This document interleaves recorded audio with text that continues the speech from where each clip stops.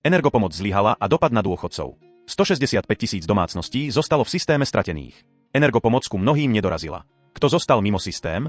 Mala to byť adresná pomoc pre tých najslabších, dôchodcov a zraniteľné rodiny. Realita je však chaos v registroch a tisíce ľudí bez reálnej pomoci. Kde nastali chyby? Dáta z minulého storočia. Štátne registre sú plné nepresností. Ľudia zisťujú, že v ich bytoch sú stále nahlásené osoby, ktoré tam 20 rokov nežijú. Adresa je v systéme bez čísla bytu alebo bez súpisného čísla. Výsledok? Energošek skončí u cudzieho človeka alebo v koši.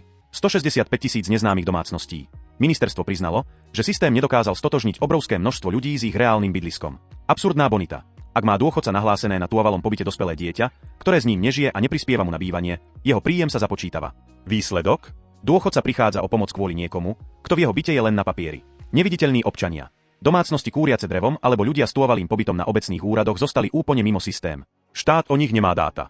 Infolinka Energopomoci. Volajúci sú nespokojní. Komentár hovorí za všetkých.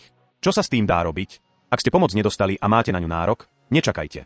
Je potrebné skontrolovať údaje v registroch a podať námietku na klientskom pracovisku. V komentári nájdete odkazy o námietke a formulár námietky. Mnoho starších ľudí sa v tomto byrokratickom bludisku nevie zorientovať. Prosím, pomôžme svojim rodičom, starým rodičom alebo susedom. Pre nich môže byť naša pomoc jedinou šancou, ako sa k energopomoci dostať. Energopomoc mala byť spravodlivá. Dnes je skôr testom trpezlivosti a digitálnej zručnosti tých najzraniteľnejších.